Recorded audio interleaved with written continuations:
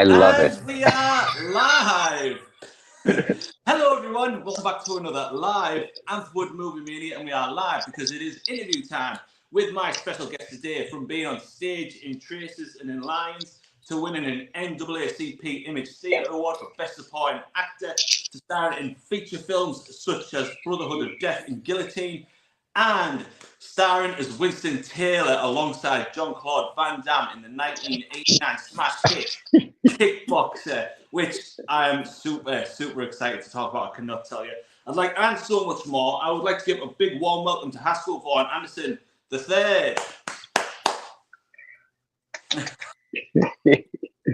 Thank you, and thank you to everyone. Yeah. First off, a massive welcome to this channel. Like, I know we were just talking earlier, but again, thank you so much for coming on. It means the world to me that you're in a film that I love to watch. My best friend me and my best friend, we grew up watching Kickboxer and all Van Damme films and everything like that. But like Kickboxer for us, like it's an amazing film to watch. Like you just never get bored of Kickboxer. But we will get into that later on in the interview. We will get into that. But just a massive thank you for coming on. Thank you. I can never say enough thank yous. All right, so my first question of the day is, how is your day, or how is your morning going so far? The morning's been great. My wife and I woke up, and the sun is shining. It's going to be 90 degrees today in Los Angeles. Nothing compared to what Europe and England have experienced so far, but this is August, which is very typical. It gets warm, it gets hot. And for some people, it gets uncomfortable, but it doesn't really bother me that much. And I've been in different parts of the world where it's hotter and more humid. And I did my cycling yesterday, building up my strength and speed and distance again. So, I'm loving it. Today is my usual Sunday where we sit down and read Sunday New York Times and catch up on the news that we really don't want to read. And just enjoy the day with a cup of cold drinks and just enjoy and relax the day. Sunday's a day of rest. We went to Mass last night, so we didn't have to do that today. We are practicing Roman Catholics. I'm just throwing that out there. So that's what we're doing, planning our vacation to the British Isles in November. So yeah, it's exciting. It gets closer. We get more excited. My wife family is originally from Ireland, and she's only been there once. I have never been there, so I'm looking forward to lamb and fish and chips and all that stuff that I see on BritBox and stuff like that. Oh, the Brits love fish and chips. Oh yeah, British yeah. Ireland, yeah, we love fish and chips. Yeah, don't worry, I'm going to be part of it. After spending a little time in Sydney and Melbourne, Australia, and really get into it.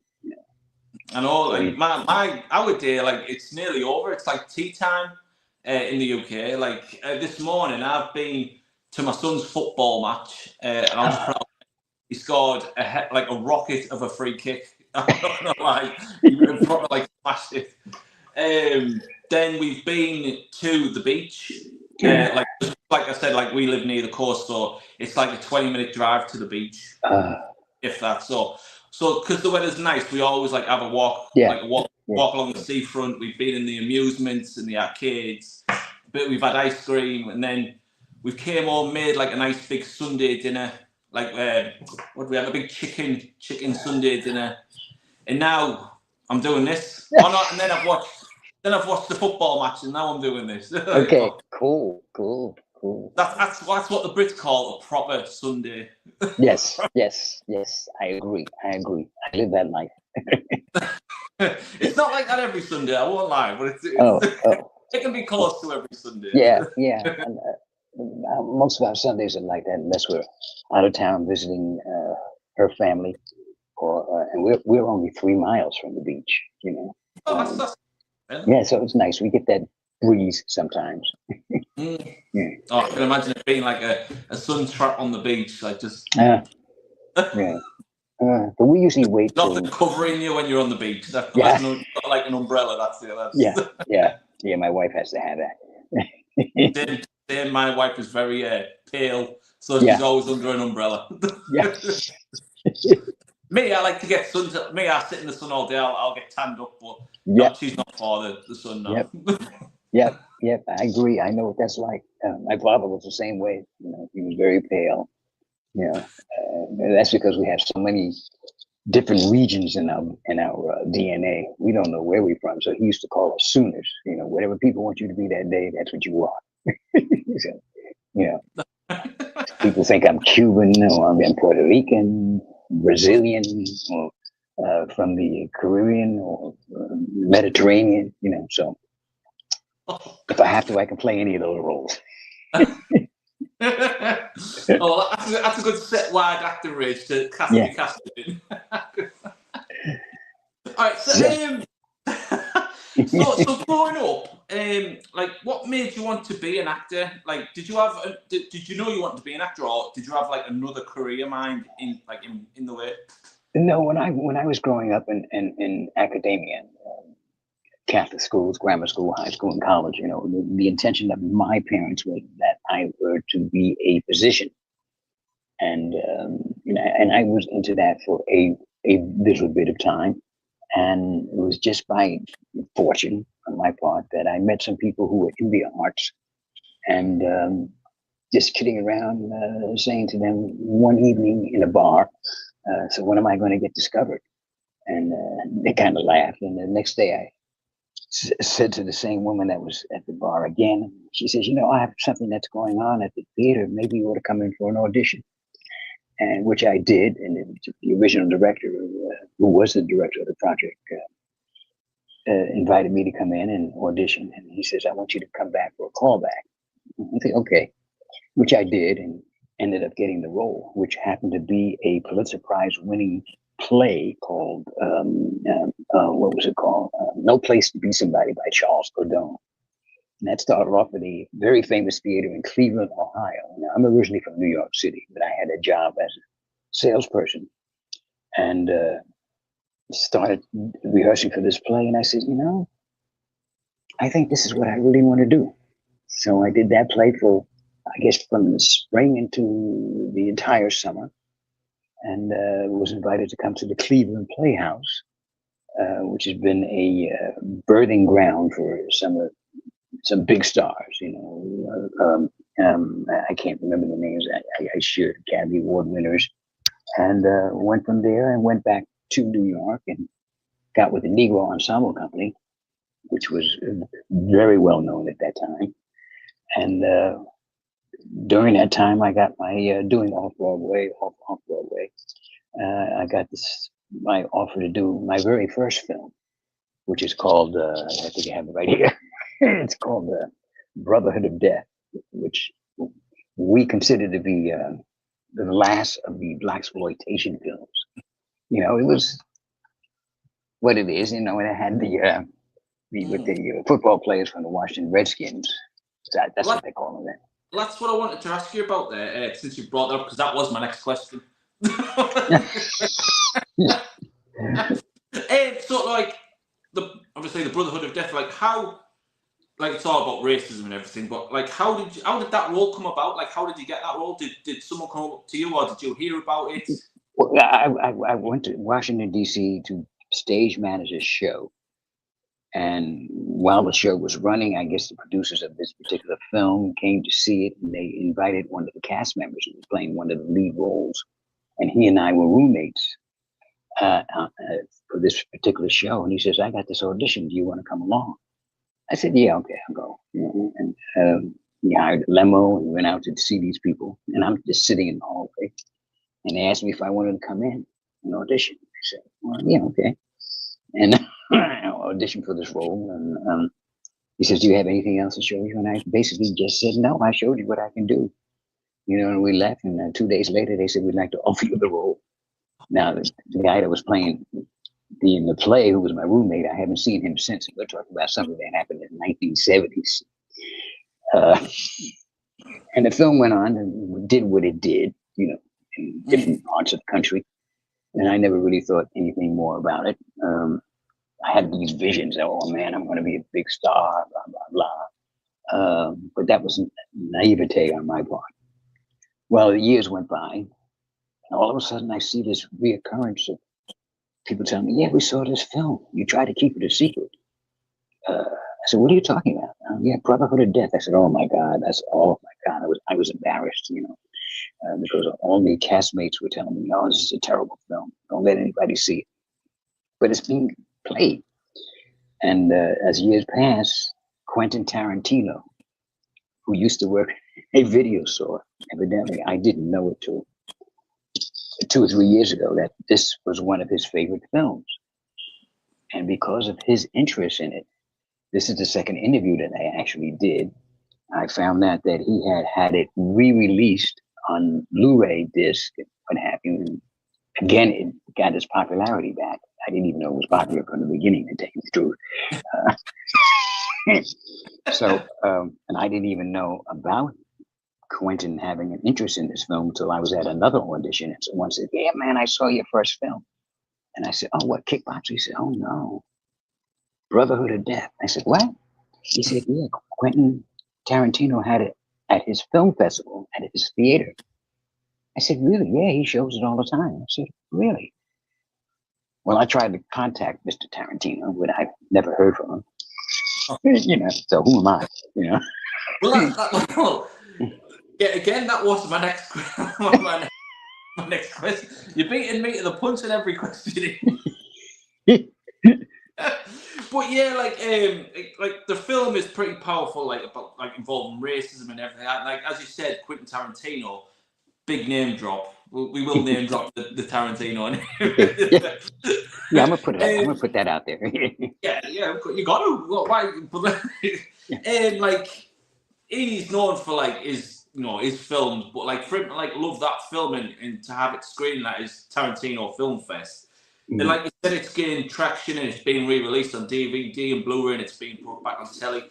I mean, to have that acknowledgement to being like a powerful racist, like racial film, but then to have like big names as Tarantino, like get it back out there, like that must feel good about being in it now, surely.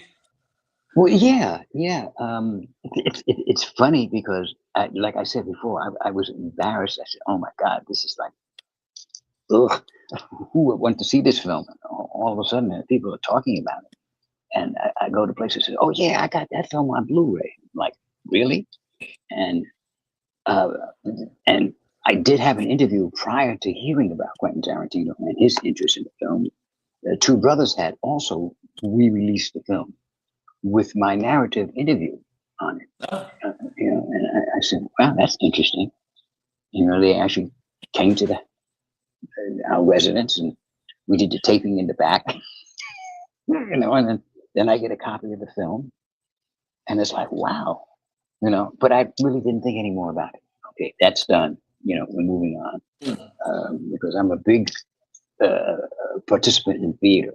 I do a lot of theater. At the theater company that I belong to since I've been a member of since 1992. I know that sounds like that was last century, which I am still a proud member. It's one of the most popular theater companies in I would say in the country. Oh wow. And it was responsible for me. Doing my initial off-Broadway performance play called Julia. It was written by Vince Malaki, and that was the second play that I did that he wrote. And both of them have been published. First one was Lions, a group of members who belonged to this club, and we were always supporters, patriots of the Detroit Lions football team. It's a beautiful play, beautiful play. As a matter of fact, one of the cast members, Val Dillman, is living in London now, and I hope to see him in a few hours that we'll be there. So yeah, that's that story. But it's just, so now I have my own copy. I never watched it, but you can also see it on YouTube and wherever else it's playing. It's right there. God, and we're talking about something that was done last century and is still out there. Come on, I thought you had to have a name like Dick Clark Gable. Those kind of people of that ilk, you know. But it's fun. It's fun. I mean, we have to be proud and own what we have done, you know, and to be a part of it. You know, I know a lot of people in the arts that I used to hang around with in New York City, you know, and I was fortunate enough to have moved on and stay in the business as an artist. And I consider this business an art, and you have to keep doing it till you get something that people want to see, you know, whatever level you get. So, like that's something I want to talk about as well. Like to being on stage, like in Lions and Traces and everything, that all the plays that you've done. Like, how different do you see it? Like, how hard is it? Because to being on stage than it is to being in film. Like, because obviously in film you get like multiple takes, but on theatre it's like it's live, it's there, and it's then like how different is that? Like the two things. Where you're actually not that the difference between film and stage. Stage, you're there. The public is there. Your audience is there. You know, and you go through a period of rehearsal, whether it's 4 weeks or 6 weeks. I feel that you become that person, that character, and you have to exhibit that. You have to let the audience feel that. Film, you get many opportunities to do retakes until they feel it's right, or I feel it's right. I got a lot of practice doing student films at UCLA, the American Film Institute, USC, you know, and you got a lot of practice, and you learn the technique and all the instruments that are being used, you know. So you could say, as a stage, you do many days, weeks of rehearsal. Film, especially if you're doing student films, and I'm talking about good student films, many of them are good, but you still have to be selective. You know, is this what I want to do? Is this the person I want to portray? Is the story having interest? Am I being beneficial to the students who are doing these films? But with the audience, you get immediate response. You know, we got that with Traces, which is about Vietnam. You got that with Julia, which was about dementia and Alzheimer's. Shakespeare it's no different. You take people back in time, you know, and I am that lord or that bishop, whatever that character is. You bring that audience in. I have a habit of not cutting the audience off, but it's another wall. You know, you have your standard 3 wall. The 4th wall is the audience. Film, it's that camera and the people that you're working with. So it's to me, I feel it's organic, you know, and you have to feel. I do have to be perfectly natural. I mean, I've had actors that I worked with who said, "God, you're so intense," but I don't feel that intensity because I feel that I'm in that character. And that's what I like to portray. You know, I pray all the time. Every time I watch BritBox or Acorn, which we are avid viewers of, you know, perhaps to get to work with some of these people that I've seen. You know, it's no different than people that you see on American television. You know, say, I would like to work with these people. But I get so much, I learn so much from watching the actors, British actors, French actors, actors from Spain. I watch everything. You know, and I really get engrossed. I almost binge on some of these stories. I can't wait for some of these stories to continue. There's one I was watching, I think, a year ago called The Gangs of London. I mean, yeah, that's a good show. That is a good show. Yeah, it's intense. It's intense. Oh my God, it's intense. And I recommend it to people. I'm watching stuff now. I can't even remember the title. It's just, was it Cooper and something? 2 detectives. Just now watching it. One's a woman, and the guy that plays Cooper, he used to be on Downton Abbey. He was the chauffeur. You know? and to watch, and I can't remember their names. I would have to go Netflix, look these people up. You know, but I just admire the work. So it's continuing education, never stops. You know, because I steal. I steal. I don't copy. I steal. But you won an NAACP award for Best Supporting Actor. Like, how did that feel for you getting that award? Like, you must have thought, oh, everything I'm putting into my work, like, it's paid off getting that. Well, I'm not chasing awards, of course. In fact, the whole cast, there were 5 of us, 4 of us, 1, 2, 3, 4, 5 of us in that cast, directed by John DeFusco, who actually originated and directed me in Tracers.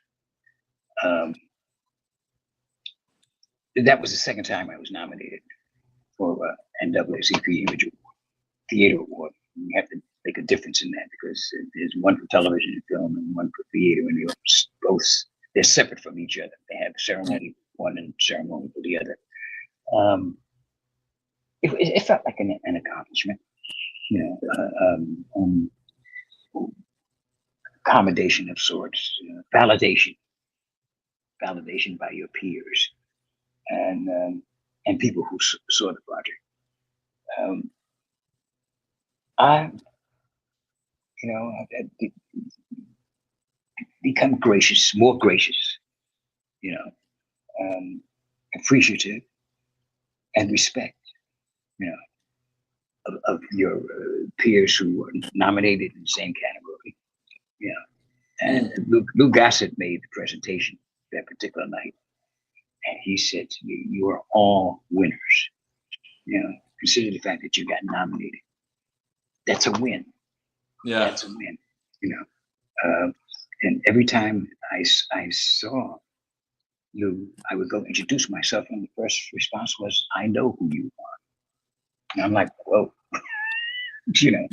It's like, no, that's not the first time. The first time I met him was in New York. We were at a commercial audition, and I didn't know that he was in the office before me. And this was when Roots came out on TV. And he walked out of the room, and I said,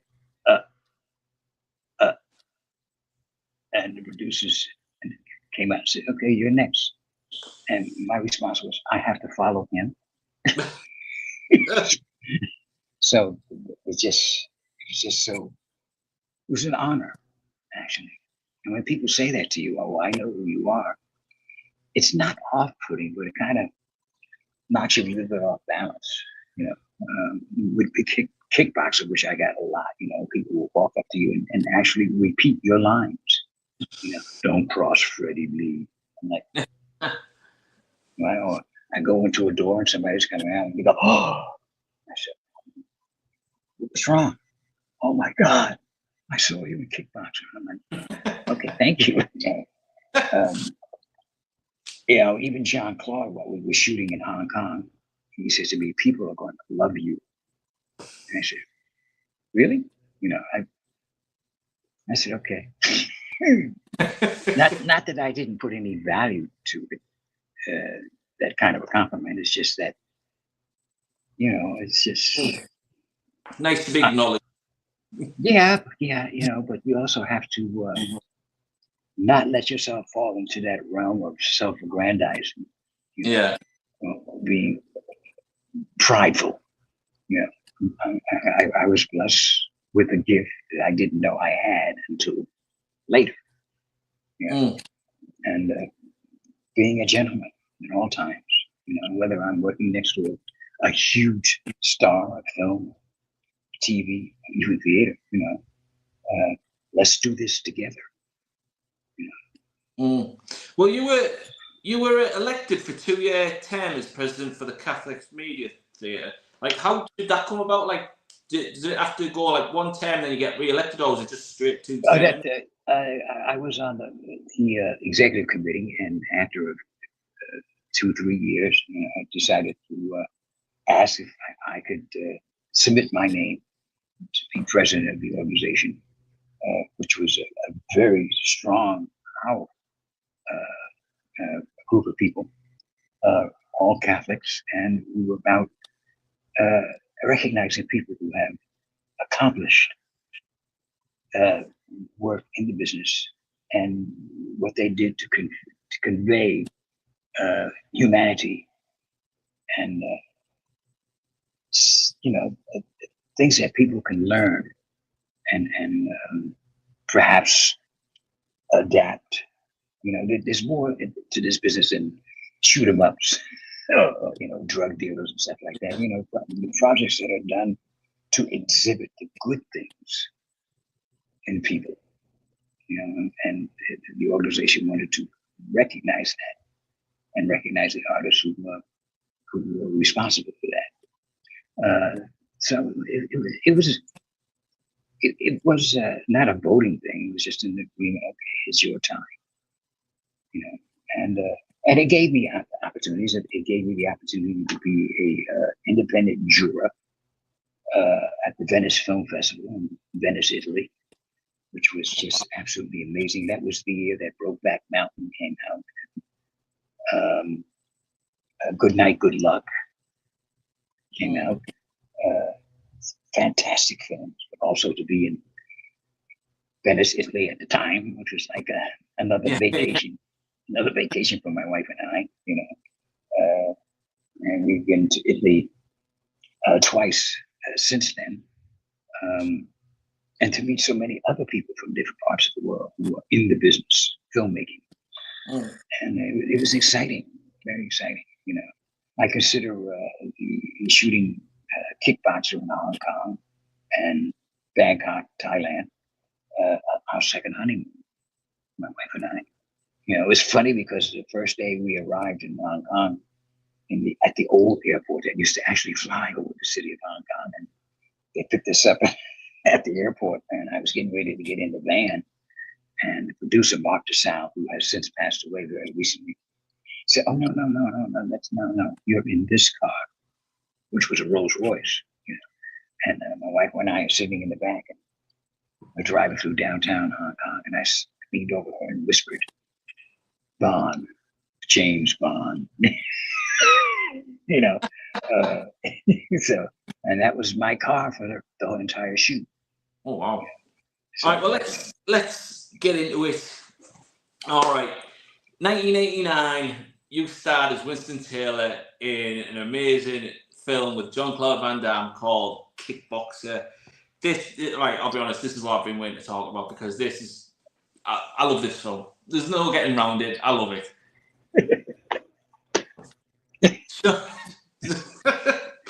Right, you play the role of Winston Taylor, an ex-army special forces guy.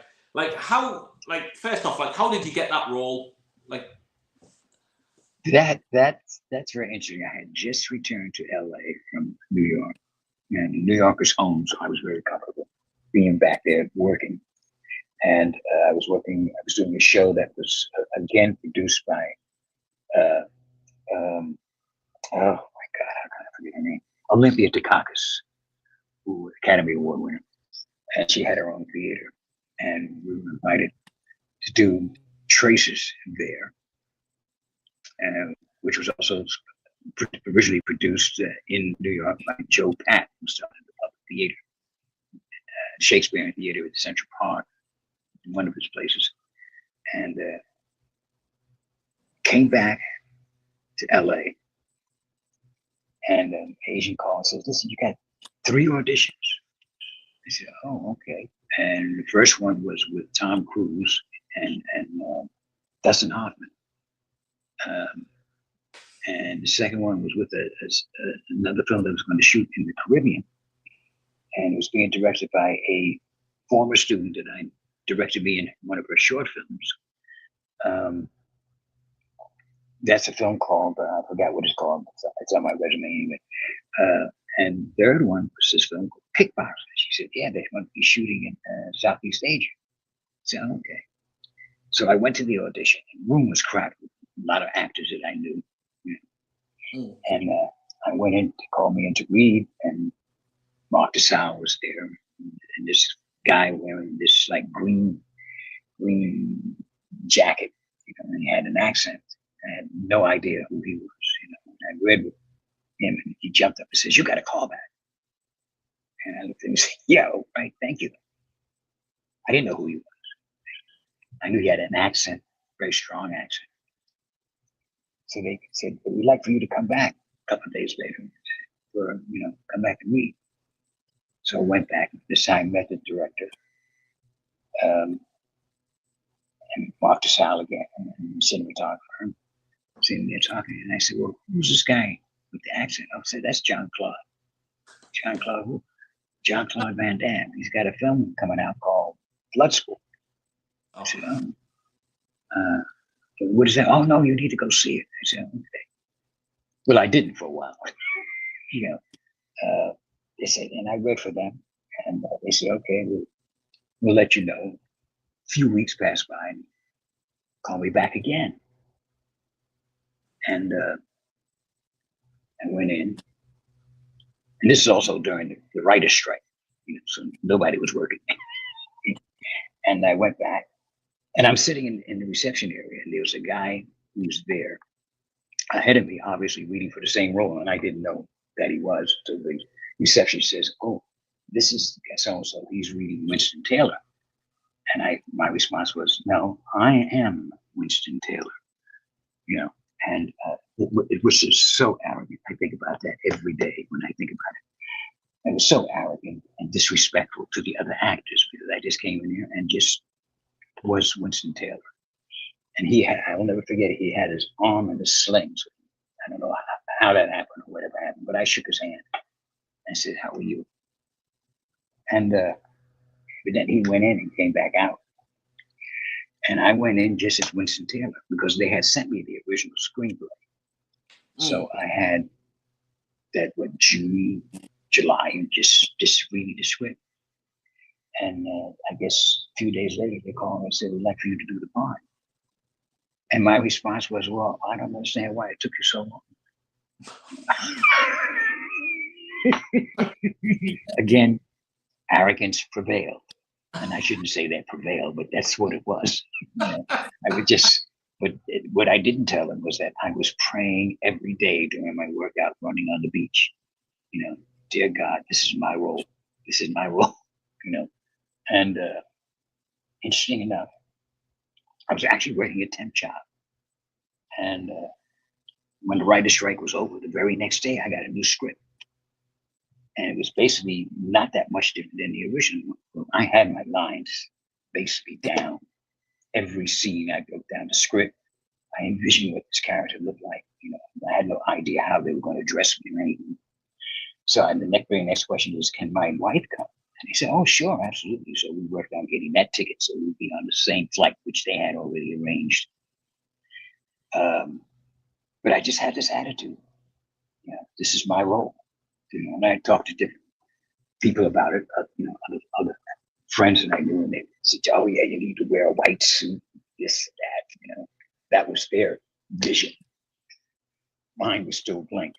All I was doing was thinking about the character. I'd go to lunch and I had my script with me. And so we got on the plane. That was when I first met Dennis Alexia, when we were traveling to Hong Kong. And it was just the first day on the set. It was just absolutely amazing. We get there, and in Hong Kong, they celebrate starting the film with a big breakfast type thing and a whole ceremony and everything, large crew. And I thought, wow, this is really different than when I did Brotherhood of Death. But yet it was a simple set. They sent me to the gym to work out the rest of the summer. I'm already an athlete because I ran every day, cycled, and they wanted me to build up, which wasn't difficult. I had a trainer, my wife had a trainer, and we just worked out together every day, until it was time to leave. And I got to know Jean-Claude. I would say that we were somewhat close. Um, I thought he was a perfect gentleman, and very focused. I don't know who was more focused. I think he was more in the sense that he had his choreography down exactly the way he wanted it, how he wanted it. So it was just it's a great experience. So that's how I got that role, having no idea what was going to happen. And when it opened that weekend, it came in, I think, number 3. And at that time, I was doing temp work. That's how we survive here. I was working for David Geffen, did David Geffen music and film. And people walk around. I had no idea you were in that film. Why didn't you say anything? Well, I'm not the kind of guy. Look, I'm in this film. Blah, blah, blah. I had the opening day, Friday.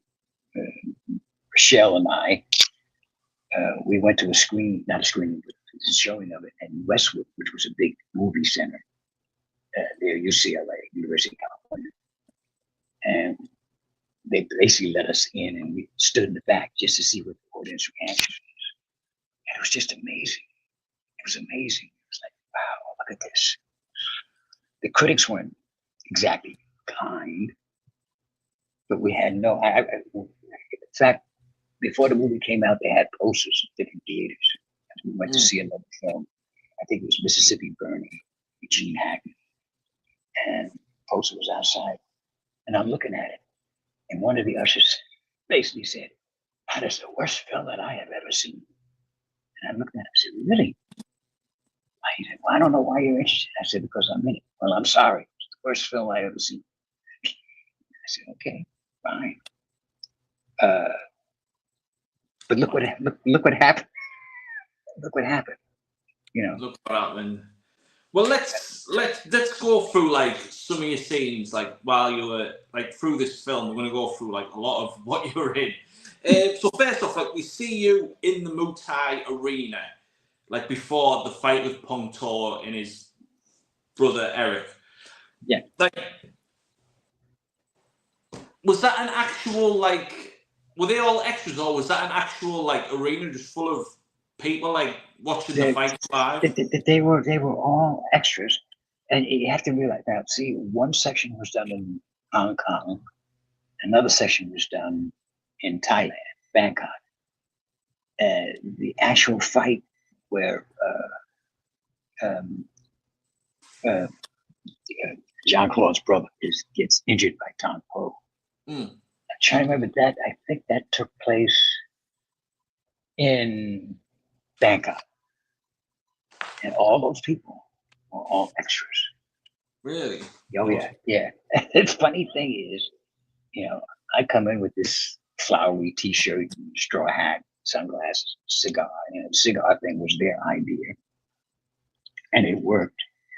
But when they needed responses from the audience, when the actual fight was taking place, when I'm not in the actual scene, they would put me in the middle of the arena and they said, "Haskell, get these people excited."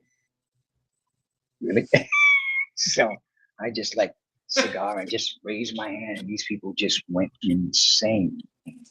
And that was the first day, and we were there for I think 4 or 5 days in that arena. It was a huge arena, and we would walk out, and as soon as I would walk out, Rochelle and I, Dennis, the crowd would just go crazy. We didn't even start shooting it, and it was this applauding and screaming, and like, what's wrong with these? We haven't even started shooting it. So that was so interesting. So that was big screen in Thailand, and we actually the first day we were in Bangkok, we actually went to see an actual Muay Thai boxing match. We had like 3 or 4 matches. I could not believe these people do this. I mean, they get in the ring, they do the celebratory thing, and they respect each other, and then you get knocked out, and they carry you out on the stretcher. I went, whoa. And the place is packed. It's packed. I said, my God. And I have never heard of this sport before, ever. It was just so amazing and amazing. And the generosity of these people. That was the thing. So respectful, so the civility, even among the extras. And it's just the respect. And you gave that back.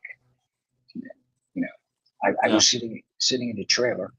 This is the bar scene that was shot, in Bangkok, where I take Jean-Claude character into this bar. And I had no idea what this bar was. I'm just into my lines. So I'm sitting in the trailer just thinking about it. One of the ADs sitting outside. She says, whenever you're ready. And I said, you're waiting for me? She said, yes. I said, I am. I literally said, Sawadika, I am so sorry. Come on, I'm ready. I had no idea. And did shot the first scene where we walked into the bar and I just like erupted with this thing. And Mark Sal said, wait, stop. He says, bring it down a little, you know. Then I realized, okay, we're in the strip bar, you know. I said, oh, okay. So we adjusted the scene a little bit. And we got into that whole sitting at the table and telling him not to mess with Freddie Lee and his people, you know. And it was exciting. And these women were like, these were people who actually worked in the bar, standing on the pole and the whole kind of thing. You know, and I'm just sitting there in amazement. Really? You know, and they said, you need to come back tonight when we're actually working. No. So I thought this was interesting. So Dennis and I go back that night and actually watch these ladies work. And I have to say, the nicest people. They were the nicest people when we were shooting. And they had this, I guess you would call this charm about them, this come watch me, you know, this thing of actually temptation, you know. And we were just watching it and said, oh my God, I can't, this is what they do. And went back the next day. And the areas, I forget what the area was called, but it was bookstores, literally bookstores around the area. And I'm going, it was dichotomy, you know. In the daytime, it's something else. In the nighttime, it's this. You know, I said, wow, this is amazing. really, really amazing. And it was a beneficial time. It was an introduction to an entirely different environment, so to speak. You know, I would have these things when I wasn't shooting, and my wife had already came back to the States. I would just walk around by myself, you know, and I had a small digital camera at that time. That camera was working more than me because I would go to the temples, you know, different places, get lost, but at least I knew the name of the hotel where they could take a taxi and take me back. But people, one day we were shooting, I think it was one of the river scenes. That I wasn't actually in the shoot, but I was there and I walked around the neighborhoods. Now people just welcomed you into their houses, you know, and it was very simple life. We were walking on the train tracks and the kid starts grabbing. She says, come. And we didn't realize it, but the train was coming. Oh, okay, you know. It was a wonderful experience. Like in the film, you do provide some comic relief. Like for me and my friend, like me and my mate Jamie, I will shout his name out. I will give him a shout out. Right, we quote you all the time. Like if we watch this, all just message each other. It's like where he says, "Oh, you real." He goes there. Oh, I suppose we can't just go to the hotel. He goes, no, fuck now. We're going to go drinking now. Oh my God. So where do you want to go? The Pink Pussy or the Kitten Candy Club? Oh my God. Right, so would you do me the honour of saying where do you want to go? The Pink Pussy or the Kitten Candy Club for my So where do you want to go? Pink pussy or the kitten cat club? You know, it was, you know, Right, yeah. my next question is, right, settle the big debate for all the kickboxer fans. Which Oh is my the God. better strip club, the Pink Pussy or the Kitten Cat Club? I even forgot that line. Oh my God. I have to watch this film again. I have this. This is the, as you probably already know, the 35th anniversary release by Lionsgate. This has my, I'm one of those who did the narration of this. You know, as you can see, I haven't even taken the seal off. You know, I wouldn't unbox it. Yeah. you know, it's just amazing. In fact, when we did this at the studio, right across from Universal Studio, an independent studio, it's a recording place. And the guy that owns it actually was responsible for setting up the situation where we did the recording and watched the film. And he says, "You know, I even have your first film." I said, "Brotherhood of Death." "Oh yeah." I said, "Wow." He said, "Why? Why? That's historical." And believe it or not, I've done 2 documentaries referring to this film, Brotherhood of Death. You know, as a matter of fact, I didn't hear one of them until a friend of mine, my very best friend, Terry Alexander, who was in the film, George Romero film called Day of the Dead, you know, and he ends up going to England a number of times to do autographs and that kind of stuff. Day of the Dead by George Romero. And he was actually my best man. We've been friends since we did No Place to Be Somebody. And his son's wife were talking about something, and I said, "Yeah, I did a one of those. I forget. Was it a podcast? I can't remember what it was. I did an interview, and she said, 'Oh yeah, I heard that.' I said, 'You did?' You know. So she said, 'Yeah, that was on the.' Oh, I didn't know that was you. I said, 'I didn't know I was on.' You know. So I did 1 documentary film, maybe 2, and I think 2 podcasts. Not like this; it was a voice thing. And they go back to Brotherhood of Death. They were talking about films that were made in the 70s, you know, that period of time. And it's so, you know, I'm so, I guess you could say I'm low key. I'm about the work. Um, I don't know. I just, you know, we live, I want to say my omen, not omen, my mantra is humility, gratitude, and simplicity. You know, Like, so in the, like, with you being in theatre, like in the film Kickboxer, like when you're in the hospital and we find out that Eric is paralysed, and then you give quite a powerful speech about saying, "I don't want your blood on my hands. I've got enough already.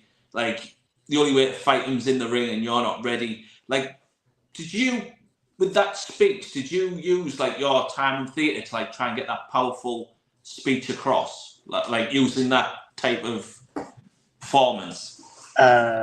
I would say it was another one of those. A lot of, for me, moments were real, and to see Jean Claude react to the situation that his brother was in, and me trying to convince him orally, and this is not something that you want to be involved in. It was in the hospital, real hospital corridor. I don't think the hospital was in operation at the time. The scene was emotional for Jean Claude. And me being so much into that community of people, I don't know. I just did it. It was real. And right after we shot the scene, the director David Worth said, "You can tell a Shakespearean actor," because I started out doing Shakespeare, and I was like, "Whoa!" I had no idea that kind of training and participating in that kind of theater would come across in this film. And it wasn't like it was a screaming match. It was a thing about use some common sense. You don't want to deal with these people. Accept what happened to your brother and move on. Yeah. But that was not going to happen. We didn't know that. Yeah. So yeah, it was. It has to be real. And if it's not real, people are not going to believe it. Well, again, your character, like through the film, saying, like, "Oh, I'm not crossing Freddie Lee." Like, you want to help, but you don't want to like get involved in like that situation.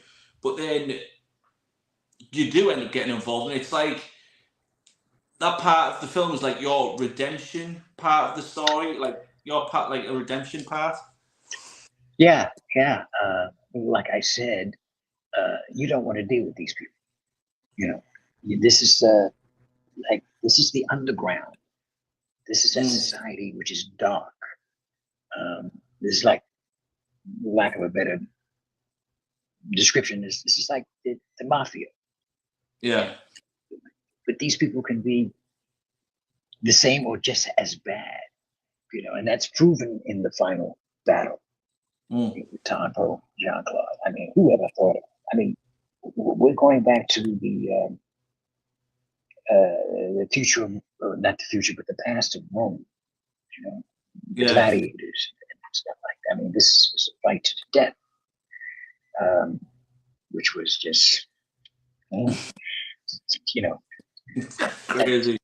Yeah, it was very interesting choreography. Interesting way to end this rivalry. Well, I'll tell you what, before I get into my next question, can you tell us exactly what is in a jungle survivor quiche apart from cobra heads? that was some made up line. Whoever thought, being in the Navy myself and having to eat K rations and stuff like that. I don't know what else you could put in those things. My brother was a recon Marine, and whatever you can pull out of the jungle, which is what we learned to do when we were down in Panama Canal area, walking around in jungle infested places, and the bugs were like in squadrons, and snakes galore. It was like, oh my God. As a matter of fact, when we were shooting outside what they call the new territories in Hong Kong, outside of Hong Kong, my wife was there. I would say, let's throw out a number, out of the 50 times that she was on set, I think she missed one day because she stayed at the hotel or walked around, but she didn't have to be under the attack of the squadrons of mosquitoes that were around, which was very interesting. But yeah, it was. It was just Freddie Lee and his minions. Well, that's my next question. Like at the end, where the fight's happening, and Zian goes to rescue his brother Kurt, you turn up, and Zian says, "You're late, Winston." Can you remember the line that you say? Say that. Remember the. Look, as you come through and you start blowing everything up. You start. Oh, yeah. Goes, you're late, Winston. Yeah, that was. What was the line? In fact, I'll show you something in a few minutes. I'd have been here sooner. A lot of traffic. Big fight in town. It was like, that's it. Yeah, that was interesting. Yeah, that was actually my first day of shooting of the first week. That was really? my first day of shooting was that scene with the M14, with the grenade launcher and the whole thing, and the guy walking up behind me. I'm only 5'7". Okay, but I'm standing on the box. that gives you that projection that I'm bigger. And this guy, I don't know how they figured out the timing or how it's, but you know, he walks up behind me and boom, you know, I knocked this guy out. You know, the guy runs across the balcony or whatever that is, and boom, you know, and we had to shoot it the first time. We shot it twice because my wife was there, and I shoot this thing, explosion, and she screams, and she's like, "Oh, sorry," you know. That was amazing. That was fun, you know. Yeah, that was a little bit of joy, but that was actually my first day working on the set.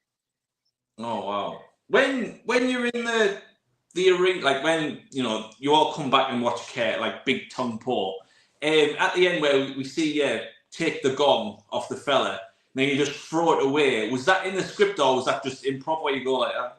I think that was improv at the time. You know, the success of the battle, Jean-Claude Van Damme, and which made me also rather powerful in that particular scene. You know, grab this thing and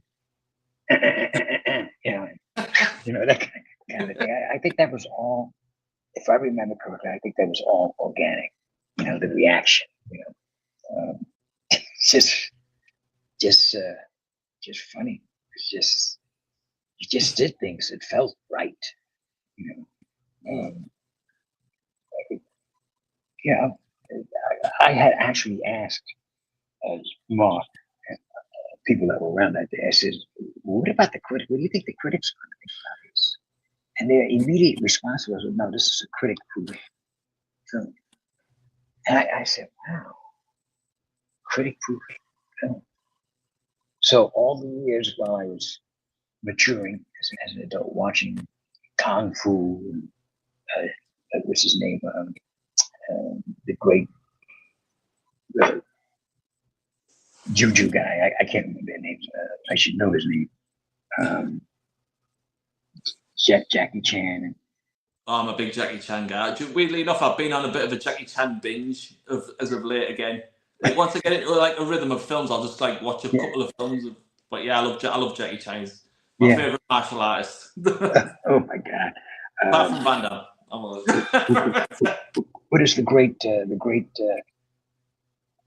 kung fu guy from San Francisco? We should all know his name, but somehow it escapes me. He was huge and died suddenly. Died. Oh. I know the fans are going to say, "How can you forget Bruce Lee?" Oh, Bruce Lee. Oh. Really? Yeah, right. You know, yeah, it's like a saint in the martial arts world. How can you forget? I've never thought ever that I would be in a martial arts film of any kind. So in fact, one of Terry, my best friend, said to me, "Can you ever see yourself in a film where you're carrying a gun?" I said, "No, not really." Here I ended up doing 2 films. You know, one before he said that, which is Brotherhood of Death, which is interesting because if you really look at the cover of this thing, this is me right here, looking all muscular and whatnot, because I had a lot of hair then. But that was interesting. That's me, and this is before AI. Yeah, that kind of thing. Yeah, it's just interesting that this film does this thing. You know, what can you say? I mean, we're talking. Is it 37 years now? Going on 38. So yeah, 30, 37. 37 years. I'm 39. I was 39 last week, so yeah, 37 years. Wow. It's amazing. That's amazing. This is like ancient. Hey, like, finally, can you tell us about your project Watchers? Thank you for bringing that up because I almost forgot. Watchers is a new game that's starting out as a card game. Matter of fact, I will send you a copy of the promo that my voice is on. It's Yeah. it's going to be interesting because we just finished doing the mecca of Comic Cons in San Diego. 280,000 plus people. Yeah, it was absolutely amazing. My first time ever at a Comic Con.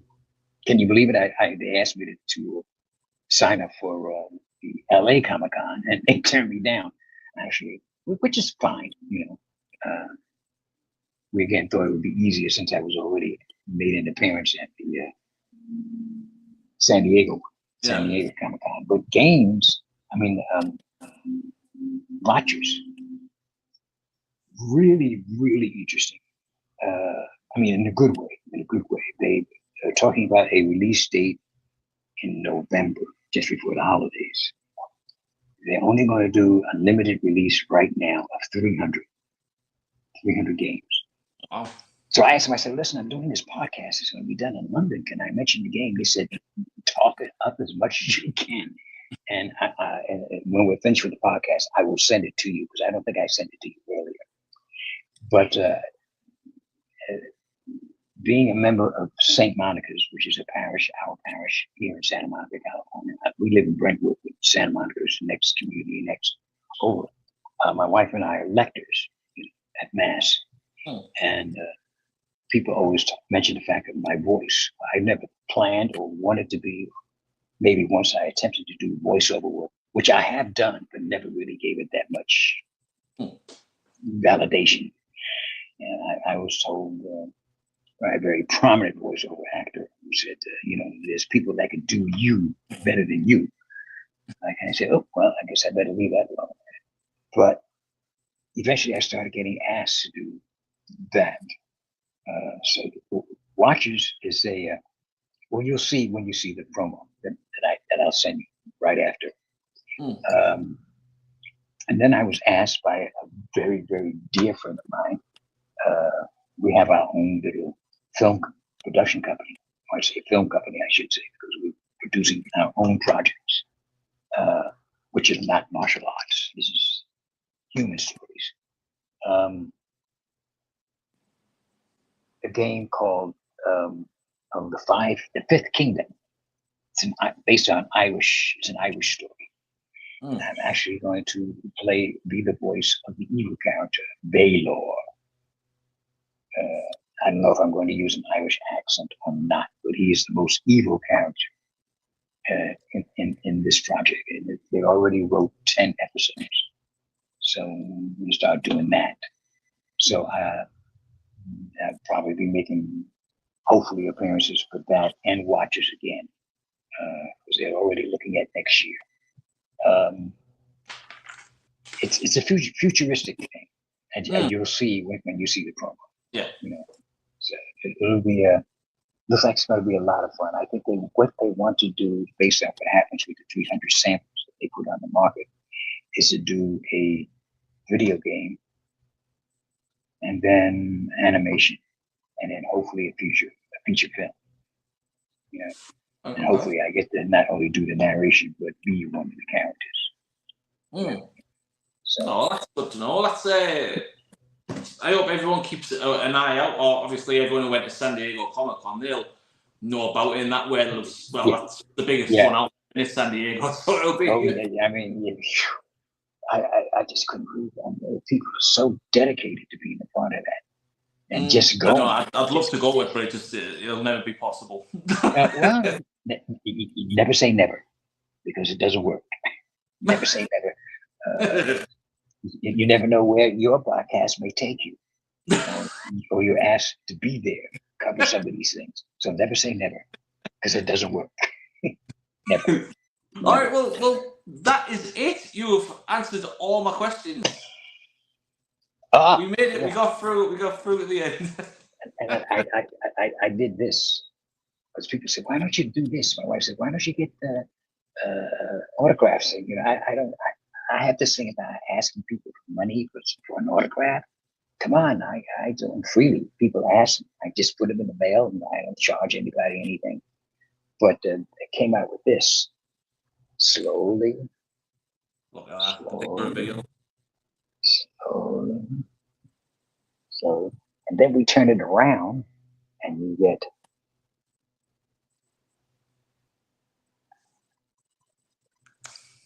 That's the line. That is the line. so I just have to set it up where people can get that, autographed, whatever it costs for them, plus mailing.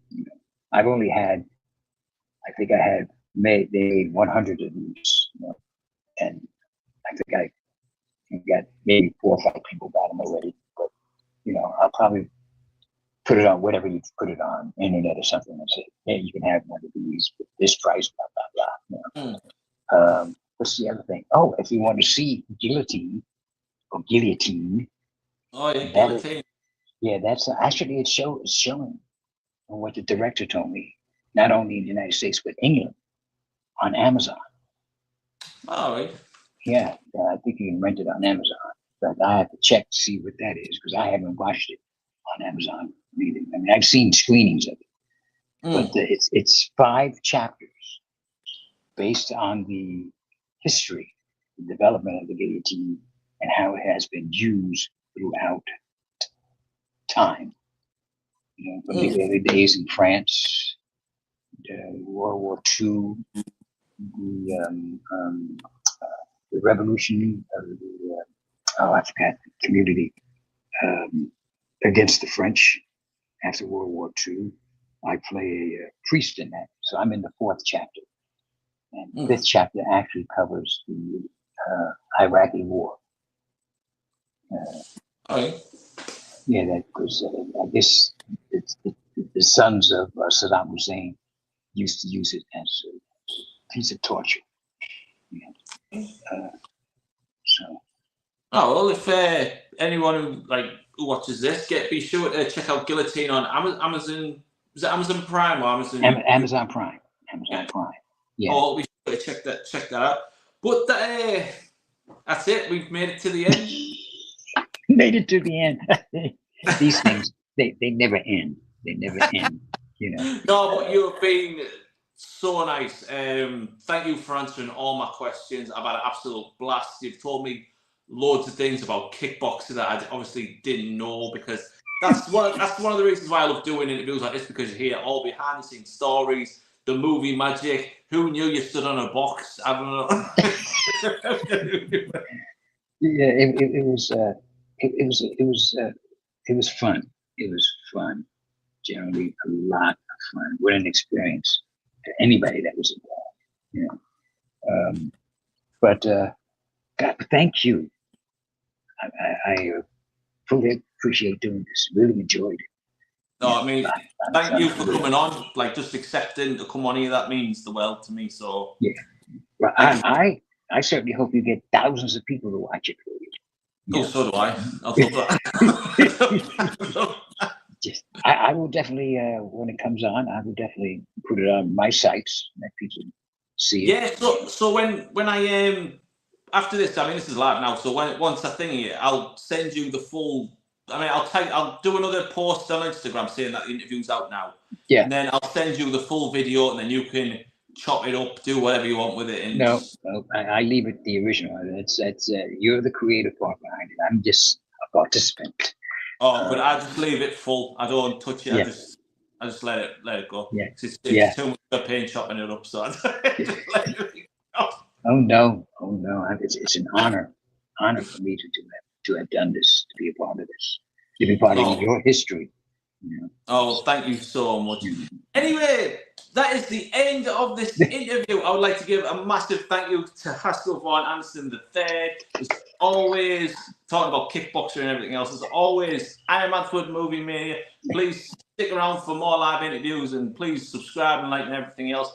And I will see you, Haskell, and everyone else later. See you there. Thank you.